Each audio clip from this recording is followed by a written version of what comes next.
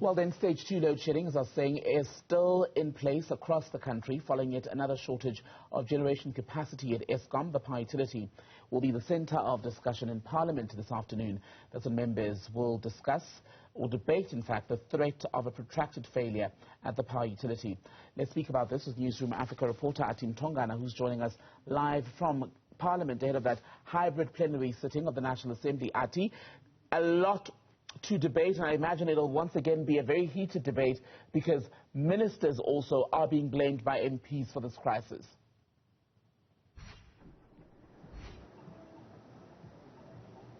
Certainly, Temegile, and I just want to begin by a statement that will reflect the finances at Eskom as things stand.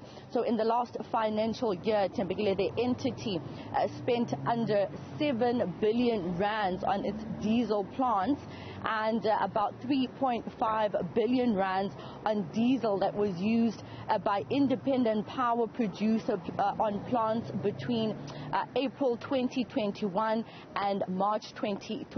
I can tell you that in the last 3 months of the beginning of this year, Eskom has spent about 1.3 million rands in the diesel that was needed for the generation of electricity at some of its plants. So if that is anything to go by, and it indicates how much money is needed at Eskom to try and alleviate the pressure that the power utility has in as far as being able to produce electricity across the country. Hence now the implementation of stage 2 load shedding, and you're right, it is going to be the center of the discussion that will take place in the hybrid plenary session this afternoon at 2 p.m. MPs will debate the electricity crisis that we currently have in the country right now, the issue around how there could be a potential threat of a protracted failure at Eskom. That will be the center of the debate this afternoon, Temegile. You might recall that yesterday the Minister of Public Enterprises, Pravin Gordhan, before the National Assembly made some revelations in as far as saying that he wants those who were in the helm at Eskom, who were implicated in the state capture report, he wants them to be held accountable, but also saying that at the back of that they are trying with the current leadership to do everything that they can to fix the problems that Eskom has. And he mentioned how it's not going to be an easy and quick fix, because a lot of people have been raising concerns about whether the current leadership at Eskom is the right kind of leadership that will take South Africa out of these current dark times.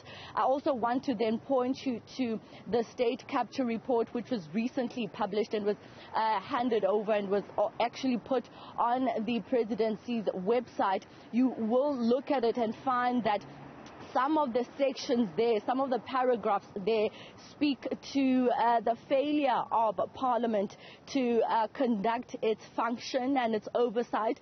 There are questions there which obviously point to where Parliament was when Eskom was faced with a lot of corruption. Hence, of course, some of the recommendations and findings in relation to the Gupta family allegedly trying to divert some of their assets at Eskom, and also trying to basically stop Eskom from doing what it was supposed to do in as far as being able to fulfill its mandate of producing and supplying electricity to the entire country. So that will be the center of attention. This debate has been brought forward by the IFP. You may recall that the chief whip of the IFP, Mkhuleko Hlengwa, who's also the chairperson of SCOPA, they not so long ago had a heated exchange with Eskom's board where they went for an oversight visit at one of Eskom's facilities. And if that is anything to go by, you can tell that MPs will certainly have a lot to say about the current woes that Eskom is facing. Atim Tongana, thank you very much for that. We'll come back to you at 2 o'clock when that session begins. A debate on the country's power crisis set to begin today in a hybrid sitting. MPs, members of Parliament, I beg your pardon, will begin for that or sit for that session from 2 o'clock this afternoon.